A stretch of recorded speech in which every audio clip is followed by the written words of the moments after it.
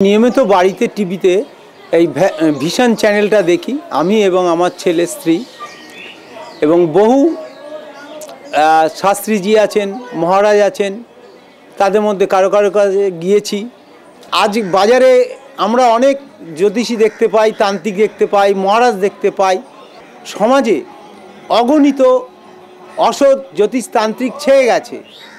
তার মধ্যে বুঝে নিতে যিনি শ্রীগুরুর থেকে আশৈশবে দীক্ষা গ্রহণ করেছেন, যতটুকু শুনেছি আমি, এবং তারপর থেকে উনি দীর্ঘদিন এই তারাপীঠ এবং বিভিন্ন জায়গায় বিভিন্ন তন্ত্রবিদদের কাছে তন্ত্র শিক্ষা করেছেন এবং ওনার একাডেমিক এডুকেশনও যথেষ্ট প্রখর, যা বর্তমান অনেক জ্যোতিষতান্ত্রিকের নেই। শিক্ষিত মহল সেটাকে সাদরে গ্রহণ করেছে। অসতের মাঝে সৎকে খুঁজে নাও আর অভিজ্ঞতা সম্পন্ন জ্যোতিষতান্ত্রিকের কাছে যাও। আমি বিগত বছর ছাড়েক আগে বাবার কাছে এসেছিলাম। আমার কিছু কিছু সমস্যা নিয়েই বাবার কাছে এসেছিলাম। তাতে সেই সমস্যা থেকে বাবার কাছে এসে আমি নিজেকে ধন্য মনে করি এবং সেই সমস্যা থেকে আমি সমাধান খুঁজে পেয়েছি। বর্ধমানে ব্যানার্জি লজে বাবা বসতেন। বাবার কাছে ওই ব্যানার্জি লজ থেকেই, বর্ধমান ব্যানার্জি লজই বাবার আমি খবরাখবর পাই। বাবা ওখানে বসেন এবং কীরকম যেন মিরাক্কেলের মতো বাবার সঙ্গে আমার যোগাযোগ হয়ে যায়। সেই মিরাক্কেলের মধ্যে দিয়ে বাবার সান্নিধ্যে এসে আমি আমার যে সমস্যা, সেই সমস্যা বাবাকে জানাই এবং বাবাকে জানানোর আগেই বাবা কিন্তু আমার মুখ চোখ দেখে, কিন্তু কিছু বলতে হয়নি বাবাকে, বাবা কিন্তু মুখ চোখ দেখি আমার সেই সমস্যার কথা বাবা বলে দেয়। এবং আগে আমি যে পজিশনে ছিলাম তার থেকে এখন আমি খুবই ভালো পজিশনে আছি এবং আমার ফ্যামিলির দিক থেকেও আমি অনেক উপকার পেয়েছি। এবং এখনও পর্যন্ত আমার মেয়ের পড়াশোনার ব্যাপারই হোক, মেয়ের যে কোনো ব্যাপারই হোক, বাবার কাছে আমি উপকার পেয়েছি। বাবার প্রতি আমার একটা বিশালভাবে আস্থা জন্মে গেছে যে এই মানুষটাকে আমি ধরে রাখলে আমি আগামী দিনে ঠিক রাস্তায় চলতে পারবো এবং আমার ফ্যামিলি বা ঠিকভাবে এগিয়ে যেতে পারবে। এবং বাবাকে যদি আমি আমার মনটা উৎসর্গ করে দিতে পারি তাহলে আমি নিজে ধন্য হব। এর আগে অনেক জ্যোতিষীকে দেখিয়েছিলাম, কিন্তু কোনো কারোর দ্বারাই কোনো কাজ হয়নি। কিন্তু হঠাৎ করে এই বাবার খবর পেয়ে আমি বাবার কাছে এসেছিলাম। আমার স্বামীর ব্যাপারে। ঘটনা হলো যে স্বামীর ইনকাম ঠিক হচ্ছিল, কিন্তু হঠাৎ করে আপডাউনের ব্যাপারগুলো হয়ে যাচ্ছিল। কিন্তু বাবা একদিনকে বলল যে আমি একটা তাবিজ দেব, সেই তাবিজে মোটামুটি কিছুদিনের মধ্যে কাজ আরম্ভ হয়ে যাবে।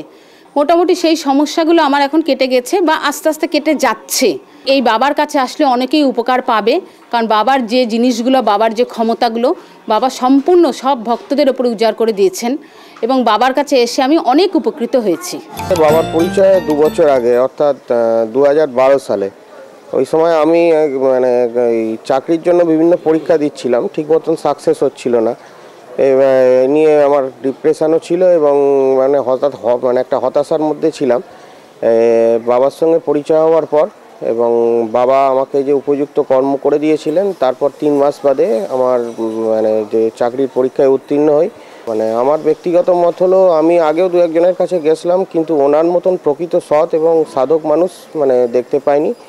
তাই ওনার চরণেই নিজেকে সমর্পণ করতে চাই। আমার মেয়ে এবার মাধ্যমিকের স্টুডেন্ট।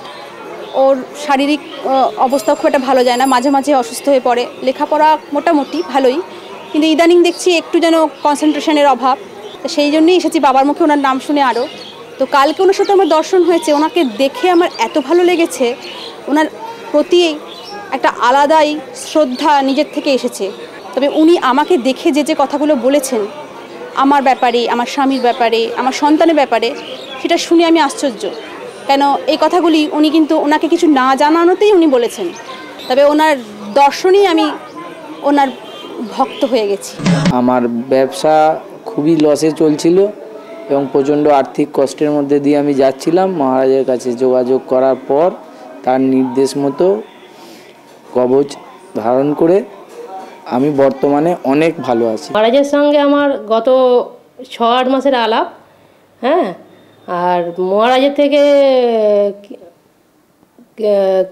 যা চেয়েছি অনেকটাই পেয়ে গেছি।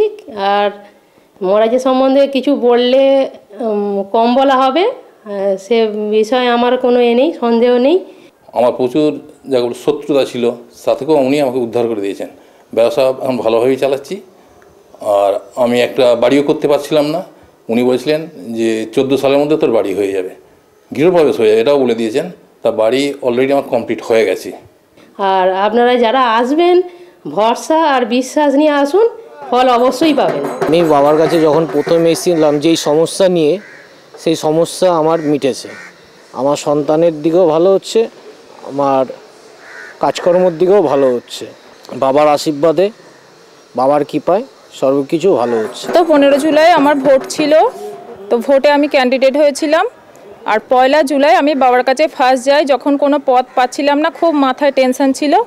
সেই সময় বাবার কাছে গেলাম এবং বাবা বললেন যে তোর কোনো চিন্তা নেই, তুই জিতে যাবি। তো এইতেই আমি কিন্তু সাহস পেয়ে আরও মনটাকে শক্ত করেছিলাম, আর শেষে আমি জিতেই গেলাম।